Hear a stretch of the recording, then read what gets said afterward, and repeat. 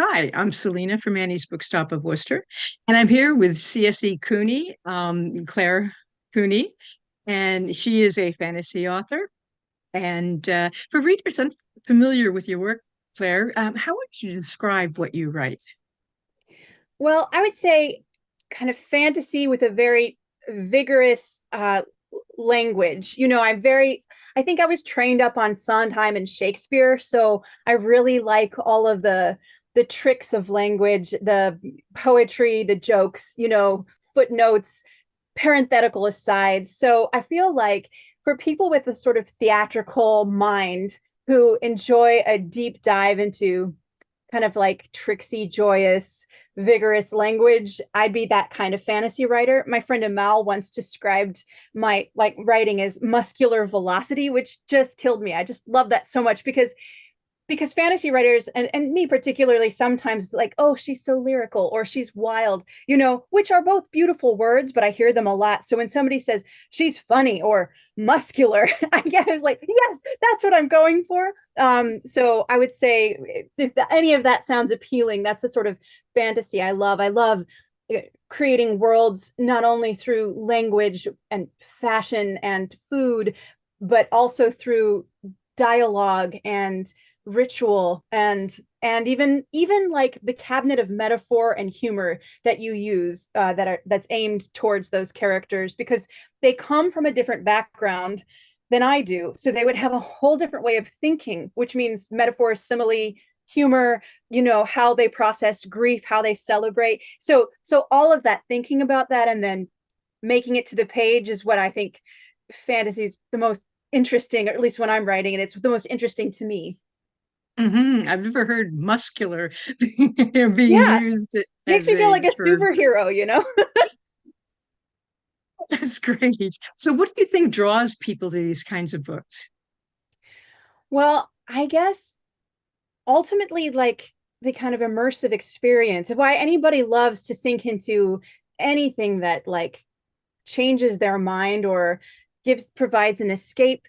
You think about like why people love to play games, that it can sometimes physically alter you if you're in pain or traumatized, or just having a pretty rotten day, that you can be physically chemically changed by playing a game or reading a book, or like that transcendent experience of art, or in theater we call it catharsis, which is the word comes from vultures vomiting, right? That you come out feeling cleansed, almost racked with it, but also elevated by it. So that may be a fancy way of saying people like to be entertained, but entertainment can be life-saving.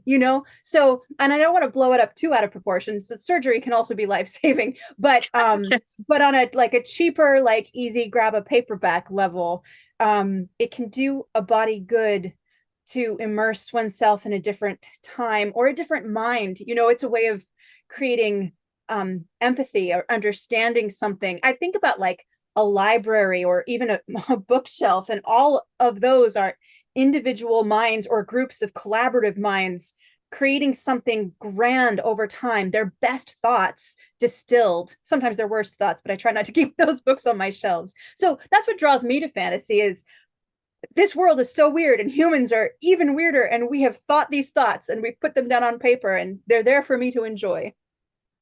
Hey, that sounds great. So, can you tell us a little bit about your latest book? I kind of have three latest books. So Okay. last year I had two books come out, and then just a few months ago I had another book come out, but that book is coming out as a standalone where it had been part of a anthology 2 years ago. So it's all kind of a beautiful muddle. But Okay. last year I got my novel published, Saint Death's Daughter. This is the paperback version that just came out, but last year it came out in this beautiful, classy hardcover version. I love them both. This novel took me 12 years to bring from first draft to fruition. I also had a collection come out last year that took about 7 years all told. Dark Breakers. It's five stories. Five of them are novellas, a novelette, and a short story that all take place in the same world. They're linked. The characters, like one character can be a protagonist in one, and then there's somebody's cousin in the next one, and oh, they're dating somebody's, first sister-in-law once removed and the third, that sort of thing. They're linked, but they're not, and they're chronological, but I think they all stand alone as well. So that's Dark Breakers, has beautiful illustrations. And then just a couple months ago, this is the arc. The Twice Drowned Saint Yes. came out with Mythic Delirium. This had started out as I was supposed to write a novella, but I overwrote by about 25,000 words. So it became a novel, but it was first released in an anthology of three other novellas, kind of stuck out like a really swollen but gorgeous thumb. And then I revisited it with Mike Allen, and we did several more passes through it, and we released it with beautiful new cover art by Lasso Peldanius, and now it's a thing in the world, and I love it.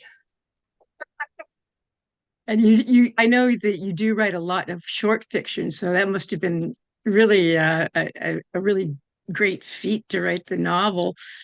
Well, I mean, I started by like in high school and or even pre-high school, I was writing novels all the time. And it wasn't until my late teens, early 20s when my mentor, Gene Wolfe, was like, you're never just going to publish a novel. I mean, in his experience, he says you have to, write short stories, polish your craft, build up your byline, and eventually you'll have enough of like oomph behind you to present your novel to an agent and say, I've published all these things. Could you look at my novel? And of course, that was extremely Oh, wow. disheartening because I really like writing novels. So then I started writing short fiction, and I've been building up, but all that time I've always written longer, easier Oh, novellas, and novels are my interesting. preferred form. So the short stories was me trying really hard to do what my mentor told me to do and to follow the rules. And it worked out pretty well for me because my first collection, Bone Swans, which is mostly novellas, I have to say, Yeah. got the World Fantasy Award, which I think was actually the thing that when I had finished this one draft of this last novel, it went through many more until it was published, but it did catch the agent's eye, I think. Ah, that's interesting. So you were told to write short stories first. Very interesting. Yeah, Is but that at some that is point, I'd already written three novels. No, they were teenage juvenilia novels, but I still am very fond of them and mine some of the thoughts and feelings and characters for current or future projects. So they never quite went away either. And short stories, I've met some A+ short story writers. Like it is their thing. It is like Carlos, my husband, Carlos Hernandez. He can write a short story like a dream. He loves the form, and I struggle with the form. When I see it done beautifully, it still blows my mind. Like, how did they think like that? So I keep trying. But I think I prefer novella and novel length for myself personally, for the way I kind of sprawl out on the page. oh wow. Okay. So what was the inspiration for your latest novel for the Twice Drowned Saint? The Twice Drowned Saint, I'll tell the story and then a brief story about Saint Death's daughter as well. The Okay. Twice Yeah. Drowned Saint actually began as a dream. And when I first started writing short fiction back in my late teens, early 20s, I didn't know how. So I did two things. Usually I would try to retell a fairy tale because they're short. And then you always have all these questions about, like, well, why did the bear have a man inside of him? Or like, why was that bird singing in a human voice? So like, to answer questions in a very short fairy tale, you can get to the length of a short story or even a novel if you put a couple of them together, which I tend to do. But but the other thing I did was I'd had very vivid dreams, especially in my high school and early 20s, when I wasn't waking up to so many alarms, I think. And because of I'd had these dreams and I'd write them down, and they were sometimes what I called story dreams. They were few and far between, but sometimes I'd get just like a whole info dump, and I'd wake up with all of these roiling images and feelings and something of a plot or enough to explore. And the Twice Drowned Saint came directly from a dream I had about Wow. angels sacrificing somebody by drowning them and their resurrection. And, so that's an interesting origin story. And it's, I've not based a lot of things on dreams lately as an adult because my dreams haven't been all that interesting. But Saint Death's daughter, the pink one, back in my mid 20s, I was visiting a friend in Arizona, and she's like, "You're a writer. You need to learn how to shoot a gun in case you ever need to you have a character shoot a gun." I was like, "Okay." So she takes me out to the desert. We shoot some tires, and I had noise canceling earphones on. And I don't think I was as aware of this then as I am now, but I have pretty sensitive hearing and a pretty strong fear reaction to loud noises. Like these days, if I drop something in the kitchen, I sometimes start crying. So, but I wasn't quite as aware or even as sensitive then. But I had these noise canceling earphones on and I was shooting a gun. And suddenly I just like was in a cold sweat and my hands were shaking. And I was like, dang, if I had a silencer on this gun, I'd be a very effective assassin. But because it's loud, it's like I have an allergy to the sound.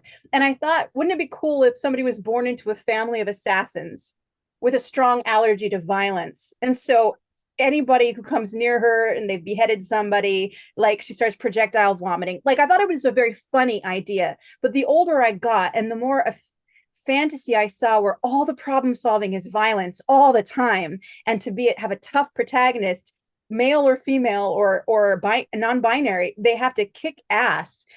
And I just was really interested in exploring a kind of fantasy where you're physically incapable of problem solving through violence. So then what? What are all the other things to do instead?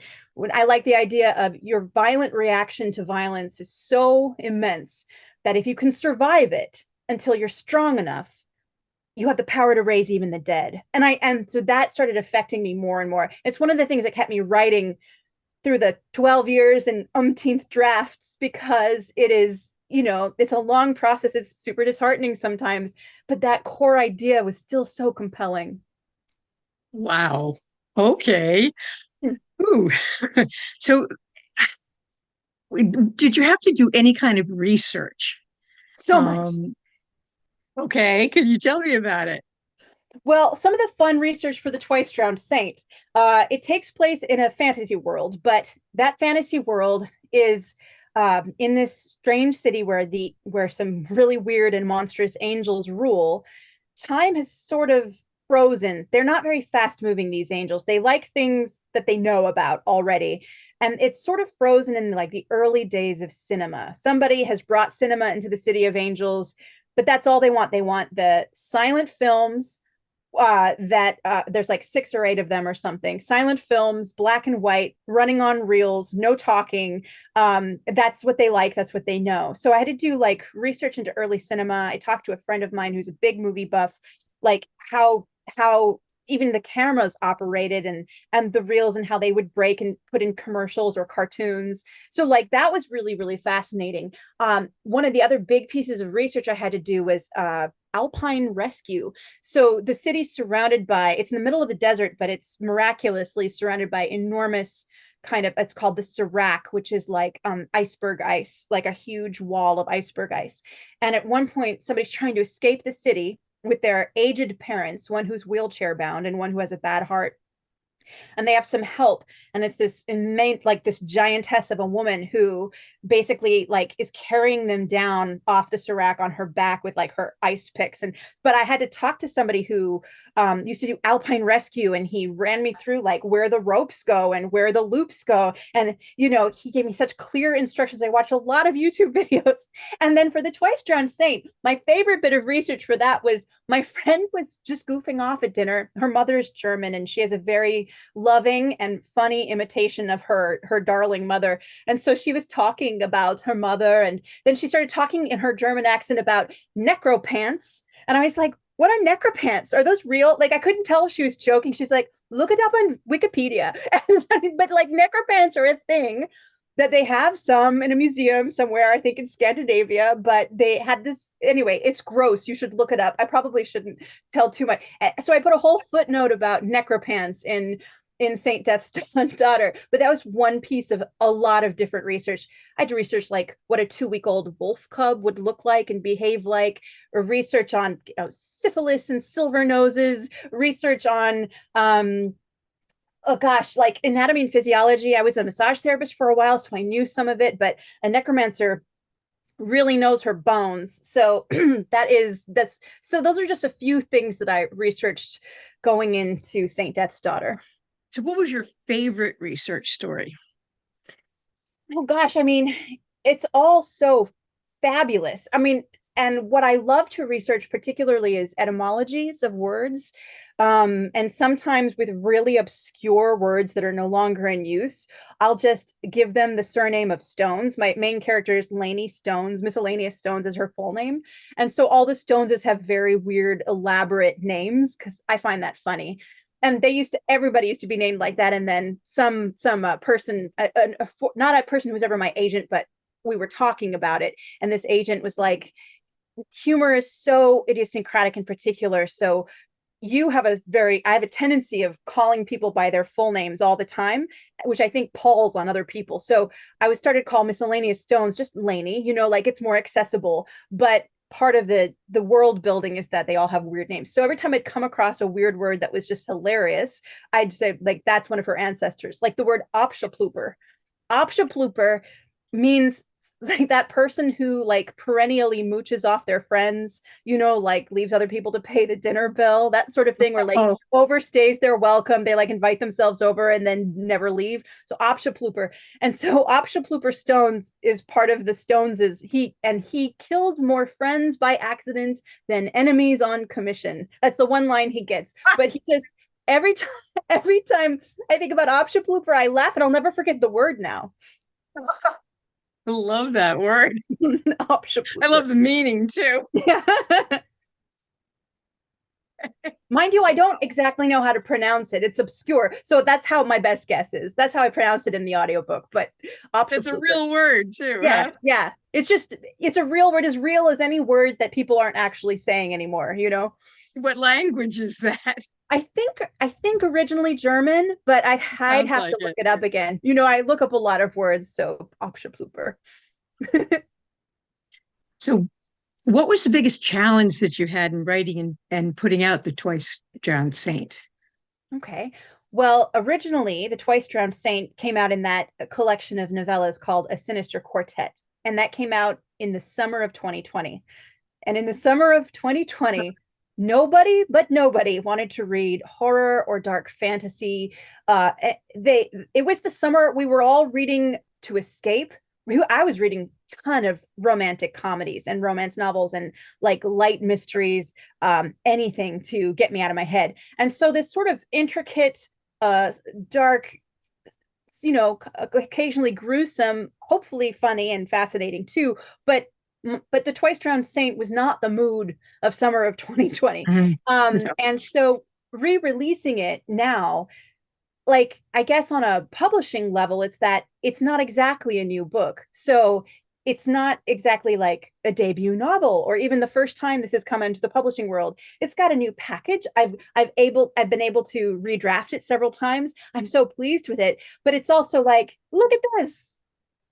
2 years later. So I feel like that difficulty of that is more like regenerating enthusiasm, reaching audiences I've not reached before, and reading the mood and the lay of the land. But I'm so happy it's in the world again, and I believe in it. I stand by it. Was there any character that you loved or hated the most?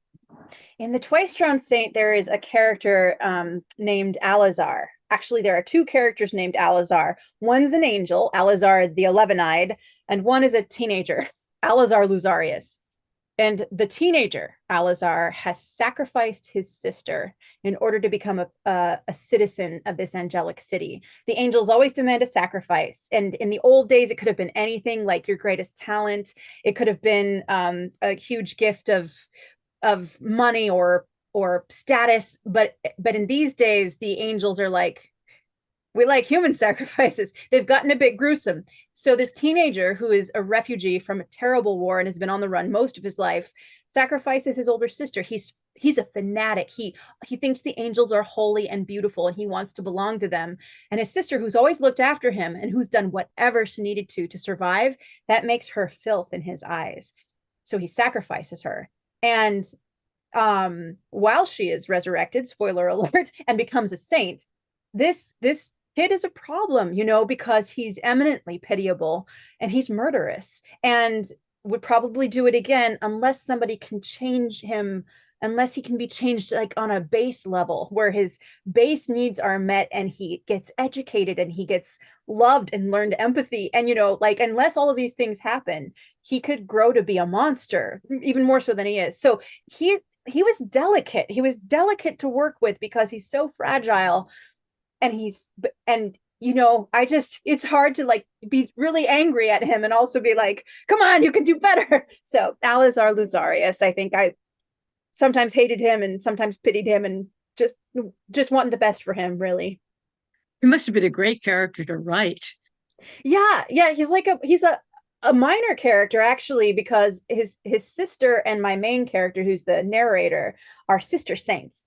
And so my main character kind of gets left with this boy on her hands. She's running the cinema now, and he shows up after having murdered this girl. She gets resurrected, so that means she's instantly a saint. So now, instead of being a pilgrim of the city and an honored citizen, he's been denigrated to saint killer, which is huge. And so he gets dumped on her hands, and she's just watched him murder somebody who is now like her sister, because she also is a saint, though she's a secret. And she's like, what do I do? And her angel is like, you've got popcorn. You should feed him some popcorn. And so she has to care for him and like tell herself, like kind of make herself see him as human. And she fights it. She fights against her own pity, but she sees him blossom under her somewhat firm and doer care. Oh, wow.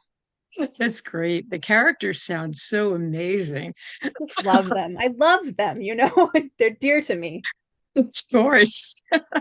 So, what else can we expect from you in the near future?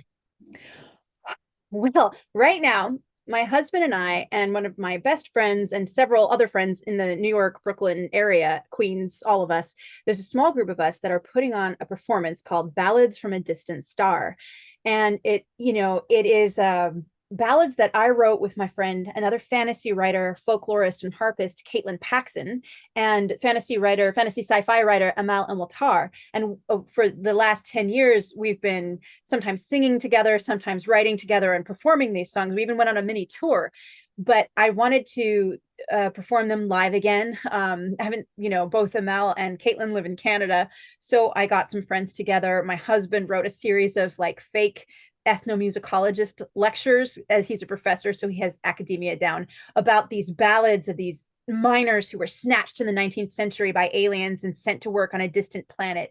And when their songs come back to us, their folk songs, how they're familiar, they sound like fairy tales and folk tales from Earth and the songs we know, but they're mixed in with their abduction experience. So those are the songs and the lectures. So we're going to perform that, and then hopefully within the year get them recorded, do a crowdfunding campaign. I'm collaborating on a poetry collection called Lamp. I'm collaborating with Tina Connolly and Mary Crowell on a series of musical theater podcast radio plays called The Devil and Lady Midnight. My husband and I collaborated on a tabletop role-playing game called Negocios Infernales, which is coming out with Outland Entertainment. So I'm working on the sequel of Saint Death's Daughter called Saint Death's Herald. So I have a lot of like spheres in the air, and I hope that people will start seeing the results and fruits of some of the labors within the year. Wow. And you also do audio books. Oh yeah, I'm like, to make money. I'm an audiobook narrator. I'm a voice actor. So that is sort of like my audiobook company calls me and they're like, "Hi, we have an Amish romance for you, or a tea cozy mystery." I call them tea cozies. They're called cozy mysteries. In my head, they're Yes. tea cozies because you read a mystery, you drink tea, and there's anyway. So yes, so I narrate audiobooks, and that's sometimes when I do that, it takes me out of the writing world and thoroughly into the acting world. I go away. There's a studio within an hour's walk of me, 3 miles, and I go and I record all day. I come home, I collapse. So it takes a chunk out of my writing life, but it gives me kind of like that great get out of the house, get out of your head, get in somebody else's. And I get so energized by those sessions. You need to get out of the house. Yeah. Hey, I have some questions now about you being a writer. What's your favorite part about being a writer on the whole writing and publishing process? Oh, my favorite part. One of my favorite parts is, and this was something I'd forgotten and had to relearn after kind of being burnt out. And there was a time when I was like, I'm not going to write again until I can write in joy. Like take out that part where I like feel like I'm chewing on cement. So I just stopped for a little while. I was like, I'm just going to look out windows until I feel like writing again. And if it never happens, okay, I'll find something else to do. But within a few weeks of looking out windows, I had the first like what if idea I had in a really long time that just came like a flame. And because I'd been working on such long-term projects, and when you write a long book, it takes a long time to revise it. And I'd been writing and revising and writing for so many years that I hadn't done anything new. And this new like and I couldn't stop thinking about it. And I went to bed that night. And by the next morning, I was drinking tea while Carlos was drinking coffee. And I just told him the whole story.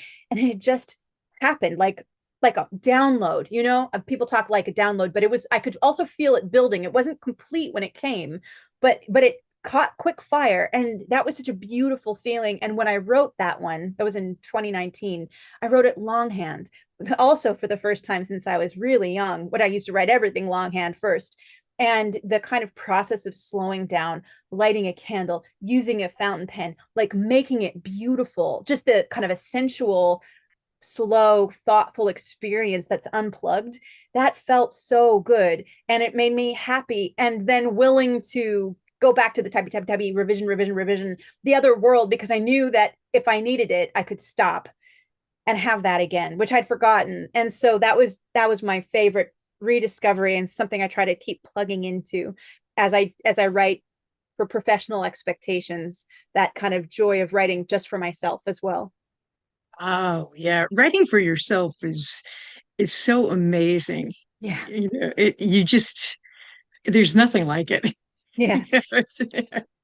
That's great. So what do you consider the most challenging part of the writing process and how do you overcome that?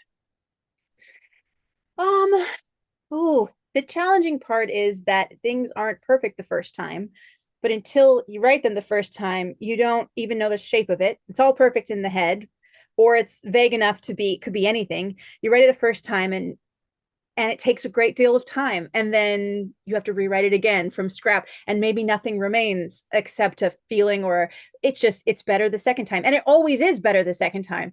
And for me, sometimes it's needs a fourth time or a 12th time. And I feel like at 41 I should be faster at this, like I'm a pretty fast typist, words on the page, or I can get things down quickly, but I write in such long form, and it takes so many drafts to get it publishable, or like public, that process is disheartening. The actual writing, the drafting is not disheartening, but the recognition that this thing that you've just made is actually, it needs to be set aside. I won't say thrown away, because I mine it. It's like, I don't know, building up a pile of manure that's gradually turning into this great rich soil for a garden. But, it's a lot of work till you get to the actual like flowers, So I guess that it's that time and that effort, and that it all feels like it's being wasted until it hasn't been. That's sort of that disheartening thing, that crushing feeling of, oh, this isn't the draft. That's the finished draft. That's maybe the next one, or maybe the next one after that. Okay. So what has been your favorite adventure during your writing career? Oh, adventures. Oh, well, here's a good one. There's so many good ones.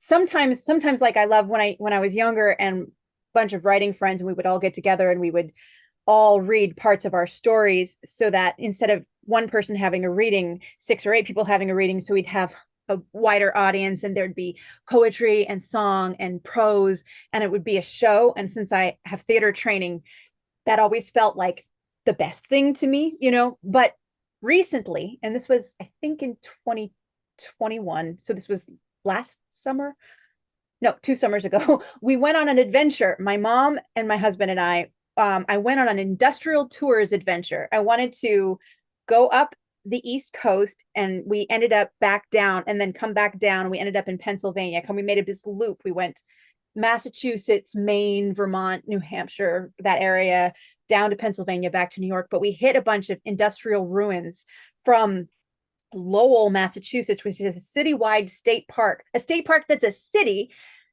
that is the that used to be a cotton manufacturing, and they have a textile mills they've turned into museums, to like something that was really just like a rock in the ground that used to be a different mill up in Maine in the middle of logger country.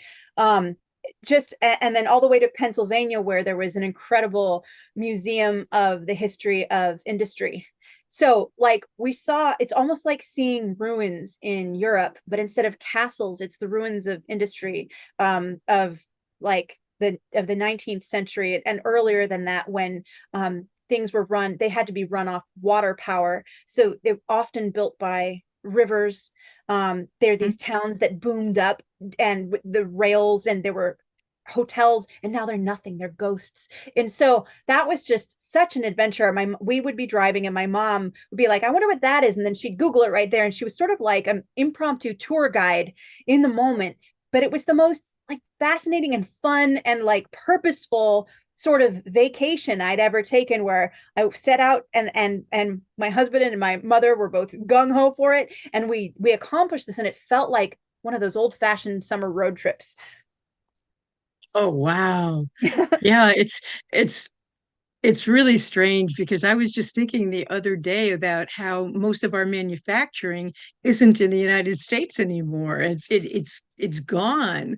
Yeah. So that's very interesting that you had done that.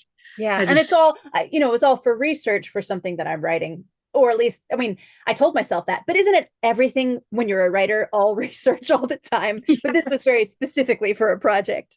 Yep, very good. Perfect. So what is the greatest lesson that you've learned in your writing career? I think I think about Gene Wolfe, who was my mentor, and there was one time where Terry, his daughter, was involved with like mentoring youth, and we were supposed to write our writing advice on our hands and then take a picture of it, and they would show the youth. And I remember, like, at that point, I was in my 20s, and they asked me to do this. I was like, oh, okay. But I felt a little imposter syndrome-ish, but I covered my hand with all the advice I could think of. And then Gene wrote on the middle of his palm, start the next one. And I was like, oh, that's the difference between me and my mentor. Start the next one. But what I really wanted to say is, thinking of Gene, is that there was 50 years between us, and yet he taught me everything I know about the business of writing, and much of what I know about writing itself. And he did it all generously. He did it with twinkly eyes and gravitas. He took me seriously. You know, he didn't pull his punches. He was lavish with praise. He took me to my first conventions. And the process of paying that forward started a lot sooner than in my mind I thought I had any right to start mentoring other people. But when you're a little further along, there's going to be somebody who's just starting. And now I'm kind of 20 years since I've met him, and he's passed. And I've been mentoring here and there in little bits as people reach out, as I'm able to, and just kind of like keep that always in the forefront of my mind, how I looked at the community and how I see it happening all around me, mentorship and generosity and outreach, and people just being very generous. And it's something to set against all of the bad that comes with any community too, and all of the ways we have to grow. But I guess that idea is and maybe the most important to me is keep passing it forward. Oh, that's great. I love that. So, what piece of advice would you want to share with other writers? I would say the big joys I've gotten were because I was in the company of other writers. So, in general, what I've heard from people as I go to, when I went to these gaming conventions last year for the first time, we were in the writing track of the gaming conventions. And people who'd never been to a writing convention were coming as gamers, but they were also writers, and they'd come and they'd be like, where do I find other writers? Like these young people who've been writing alone or in solitude, and they just want to know, where do I find my people? So I would say, find your people at the conventions, at the writing conventions, you know, not just for industry and not just for finding an agent or an editor or learning the job, and all the panels, but just because the people that you have been wanting to be friends with since you were a child and never quite clicked with, they're going to be there, and they also were those people. So like those, that's where you find the people. And if you don't have it locally, try to start something locally at your local bookstore, at your local library. Start a book club or a writing group, something where the other people who are hungry for that same thing are going to find you. And that kind of leads me into the next question. Are there any um, groups, clubs, or organizations that might have helped you that you would recommend to other writers? Well, most recently during COVID, there used to be, there still is in New York, something called the Silent Playwrights Retreat. I'd never been on it, but my friend Liz Duffy Adams, who's a playwright, went to it. And when COVID happened, they went virtual, and then they opened their doors to everybody who wanted to sign up. And basically, you give them your email, and every morning at 5 till 9 Eastern, but you can be anywhere in the world, 5 to 9 Eastern, you get an email with a link. Then you sign in, and you come in and you're silenced, and you can turn your video off if you want, but in the company of other writers you can write from 9 till noon Eastern. So you have 3 hours of utter silence but company.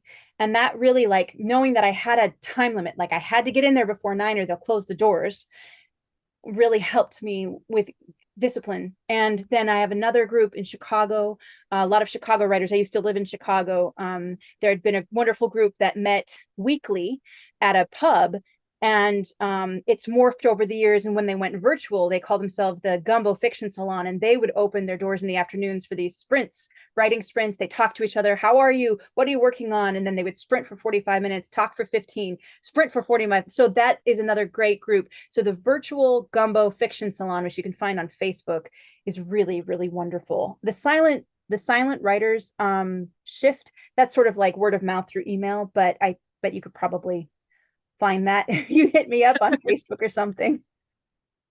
Wow, those are great things there. But I would Um, say in the age of Zoom, really quickly, what we've done is like what a bookstore has done is like you invite a couple friends to read, invite their families to come watch you. You can Zoom it to whoever is on the invite list. Like these virtual gatherings have been incredible, and they're really good for community. But not only bookstores can do it, like any of us can do it too, or in conjunction with bookstores and libraries. So I urge writers to do the thing that you want and don't know how to do yet. and if there's something you want to do, just come in and ask a bookstore, and they might be willing to, to do it with you, Yeah, right? and Annie's like, you're pros now. You're pros at virtual and now in person too. It's great. That's true. Very true. Yeah. Okay. Now I have questions about you as a person. What is one thing that most people don't realize about you? Well, it's so interesting because I have all these opinions about myself that may or may not still be true because I've had them for a long time. But one of the things I've learned is that I used to say I'm shy. That may or may not still be true. I am somewhat introverted, but the kind of introvert that I will perform in front of anybody, 10,000 people happily. But it's hard for me to go to a party. Like I get excited. I'm like, oh, I'm going to see my friends. The day of the party, I start my heels. It's like they start dragging themselves. And like if somebody cancels on me, I'm like, oh my God, that's so great. But I still love best, seeing people one on one or in small groups of like three. I love an intimate dinner party. But yeah, like large groups of people are difficult for me unless I get to perform for them, which is a whole different situation.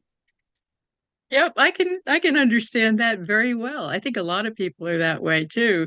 When you're on stage, shall we say, it's a different story, but writing is a very solitary job. And And yet, these days, writing in the presence of other writers has been life-saving for me. So it's interesting how that changes. I used to only write mhm, alone, and now I have found the presence of other writers necessary as far as like body doubling, as far as kind of concentrating together. Oh, it's been really great and unusual. This is a new thing for me. and I think it's also when you have other people to juggle things with, like to read your your work and read other people's work, it's so much better. Yeah, I it's mean, lovely. I live with a writer who's also a professor of English, PhD. So it's like we constantly get to be whetstones for each other's steel, as it were. right. Okay, my next question is what question do you wish interviewers would ask you, and what would your answer be? I always want people to ask me to sing them a song, and then my answer would be yes, I will. I'll sing you a song. But that's okay because that would be me forcing you to listen to me sing. And I know that not everybody likes that. So I would love to hear you sing a song. I would love that. And I think viewers would love to hear you sing a song. well, let's see then. Try to think of a really short one and one that I wrote so Oh, that it would yes, be please. so I wrote one. I wrote an EP. Well, I wrote a couple EPs. They're up on Bandcamp under the name Brimstone Rhine.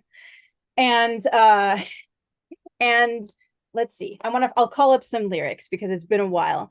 Um I wrote a couple EPs, one called Electo Electo and one called The Headless Bride. And I combined them into a single CD when I had a CD pressed called Brimstone Rhine, which is the fake rock star name I was writing under because I had a dream about a rock star named Brimstone Rhine. And she was so funny. I was like, I only knew one thing. I knew she when she performed, she'd be dressed in nothing but a pair of pink Superman underwear and this like glittery black veil that she would like hold closed over her very fiercely, and she had absolutely no sense of humor, and she would just sing. And the other people, when she was in the wings, she didn't want to talk to anybody, so she'd raise her glitter veil over her head until only her big bun stuck out. So all the techies in the dream, they started calling her the Headless Bride. And because she has Uh, no sense of humor, she heard this and she was like, that will be the name of my next EP. So when I woke up, I was like, oh, and I knew her name was Brimstone Rhine. So I was like, whoa, that was such a dream dump. Brimstone Rhine, the Headless Bride. So I wrote a bunch of songs that I thought would go on her EP. And I'd never written songs before. I was doing it kind of as a joke to myself. And then I wrote a bunch of songs for Electo Electo that was off a poet friend of mine, Elizabeth McClellan, wrote a poem, Electo chats on her smoke break. And Electo is one of the Furies. And I just love this idea of Electo casually like chatting and smoking and sharing whatever. That I wrote 8 songs from different points of view of classical Greek heroines, monsters, and goddesses, sort of to from a more feminist and contemporary point of view.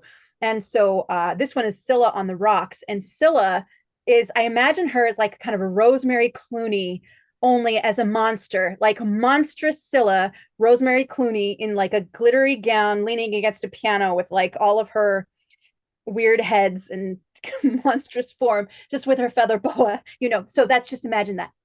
And she goes, maybe I've slain a few heroes. Maybe I've sucked at their bones. Gods know that I've wrecked a few vessels to keep from despairing alone. Can't blame a lady for crying. Fate sure has dealt me some knocks. Strife may be better than dying, but life left me here on the rocks. Could be I made a few rivals, might have insulted a witch, quite possibly risked my survival to have an affair with a fish. Can't really say what induced me. It isn't the way that he talks. See how that fish guy reduced me. His love left me here on the rocks. Now it's just me and my cat's tail, my 4 eyes and 12 legs in all. And that's not to mention my dog heads on 6 necks so slender and tall. Some girls are ravished by swan men, some are seduced by the ox, some will be wooed by the north wind. 'Twas a fish left me here on the rocks. Wonderful. It's wonderful. I'm so glad I asked you that question. Well, you can find the rest of them on Brimstone Rhine. Okay, that sounds great. My next question for you, um, and I think I know one of the answers to this already. What is or are your passions when you're not writing, and what makes and how do you make time for the things that you love, the hobbies and other things that you love? Well, like poetry, for example, I grew up like I always thought I would like breathe like poetry, or I would just write it because I always had written it. And when I stopped writing it, it was so gradual. First because I think I started writing song lyrics, and then I started getting really into the like revising the novel and writing Desdemona in the Deep and preparing it for publication. And I had so many other things that then suddenly it had been a long time since I'd written a poem. So my friend Cam and I, we told each other, anybody can write poetry for 1 hour a month. So then we got a bunch of poets together, and for 1 hour a month on a Monday night at 8 p.m. Eastern, we do we call it the Sitzfleisch Poetry Hour. Sitzfleisch is a great word. It basically means sit your meat down, or your meat sit muscles, all of that. But it's another great German word, Sitzfleisch. And but it also means staying power, or like the discipline to sit and do something, which is great. So for one night a month, we sit and write poetry in silence. Took it right from the silent playwright shift, and some of that poetry has been published, and it certainly got me writing a lot more poetry again, or even in the mindset of poetry, to remember poetry. And I feel like that has been something I've learned through COVID, through the time of isolation and the time of Zooms, and sort of like knowing that to prioritize something, it won't just happen. Not for me anymore. It won't, like, nothing comes naturally anymore. So like if I want to go for a walk and experience the outside air, I have to make a plan to do it. And if I want to write poetry, I have to make the space to do it. One of the things that was a new hobby, or I discovered it was a hobby, because I realized, because it was so natural to me, I didn't think it wasn't natural to everybody else, but I love cooking and I love new recipes. And it's so satisfying to do a thing that somebody else laid down the instructions for, and then it's done, and then it's edible, and there's like, every time you do it, it's like a kick of triumph or completion and victory. But I just, what I had to learn was, if cooking is my hobby, it's not something to force on anybody else. Sort of like any hobby where you get so excited about it and you're like, let me tell you everything I ever knew about Les Miserables. Let me sing it to you for the next 3 hours. I had to learn not to do that. And also like learn, if I want to cook food, it's like, it's for me to eat, like, and if other people want to eat it, that's great.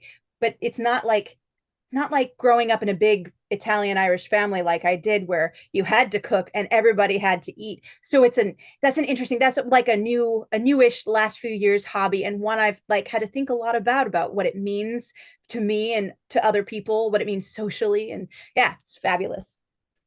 Okay. So, what does your writing space look like? And what do you need to have around you when you're writing or editing? Well, this is it. Basically behind these walls is the bed, because it's in my bedroom, and we've put up several bookshelves to split off this tiny little space. I used to have an office out there by the kitchen. There's like an extra room in our one bedroom apartment, that was sometimes Carlos's study. It was sometimes a dining room back before my time.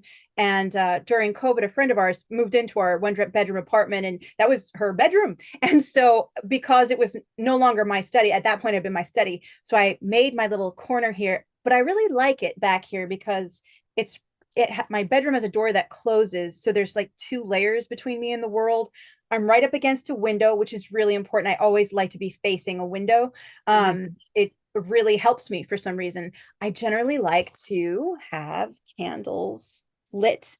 I like nice smells. Not strong smells, but like a water with some essential oils with a candle under it. Mhm. Yep. I like that kind of diffuser thing.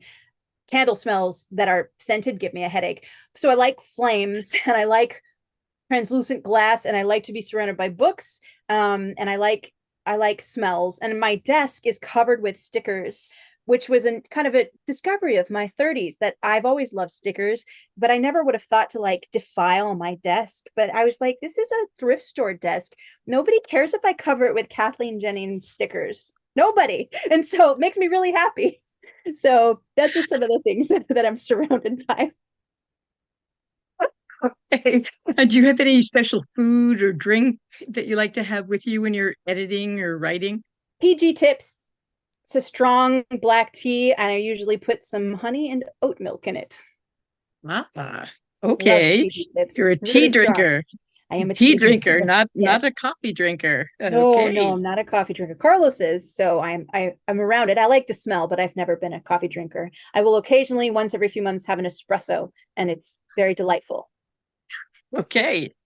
Um, while you're writing, do you like silence or do you rather listen to music? And if you like to listen to music, what kind? This is really interesting because all the way up till 2020, it was always silence. And if I could have music on, which I tried several times because I have friends who write to music, it had to be something like Hildegard of Bingham or like the sound of the waves with some harp music, you know. Mm. Even now I can't really write to English lyrics, but I subscribe to Spotify, and I've been kind of following different people's favorite playlists, and sometimes they'll indicate if it's instrumental. And recently, Carlos and I watch a show called Critical Role, which is a bunch of voice actors doing role playing games, playing Dungeons and Dragons, and it has a really cool kind of the DM has a really cool soundscape, and they all have Spotify playlists. So the DM's soundscape, or like his playlist on Spotify, is all instrumental, and it is kind of exciting fantasy music, you know, from a bunch of different sources, from different video games, from different fantasy movies. If it's too familiar, like from Lord of the Rings, and I know exactly what that scene is from, I have to skip it because it's somebody else's story. But I've really enjoyed like these 6 hour long playlists of exciting kind of epic fantasy music. But that's new. That's new since 2020. Interesting. Yeah. Wow. It's one of the things, like everything that can help me focus and discipline. I've been like that and that. Yes, I'll light a candle. Yes, I'll play music. Yes, I'll put this Zoom on with these silent writers. I'll look at it, like everything I can do, because it's so easy not to do it. It's so easy to go clean the oven instead, which is I did write today, but several times I got up and cleaned the oven in stages as well. Okay. Now, writers often have furry or feathered or otherwise non-human companions to help or hinder them with their work. And do you have any? I have Carlos, who is occasionally non-human, definitely furry. Haven't It's not been feathery, and I'm sure we could arrange it. So like we are sort of like a village. We're sort of like a village made of Muppets, him and I, and so we do not have any furry or feathered companions, but we certainly enjoy making all kinds of like animal noises, and like I don't know, I sometimes pretend I'm a goat, not in any weird way, but just like goats are so interesting and they make more interesting noises than humans. That's all I have to say. You know, we travel a lot, and it's hard enough to Uh, keep a plant alive, so we don't have many of those either. yeah, goats are my favorite. I love goats, but I have two cats. Yeah. Wouldn't it be One of cool just to mine, have goats though? Can't do it that in would a New be, York apartment.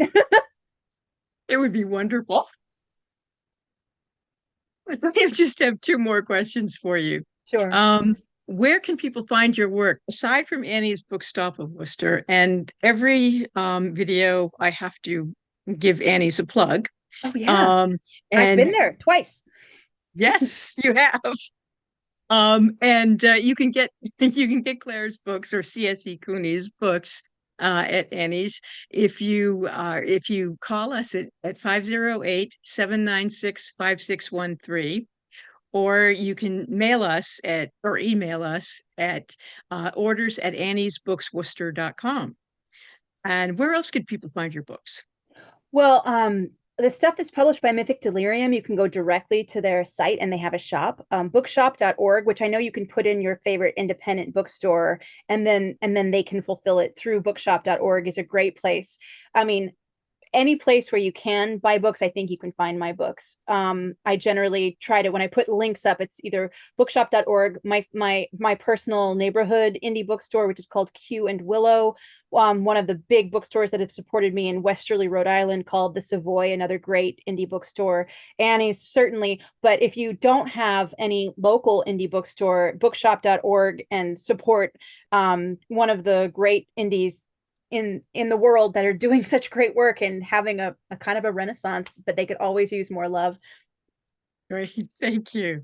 And the last question I have for you is, how can we follow your work and share your awesomeness? Oh, thank you. Well, Brimstone Rhine, like BrimstoneRhine,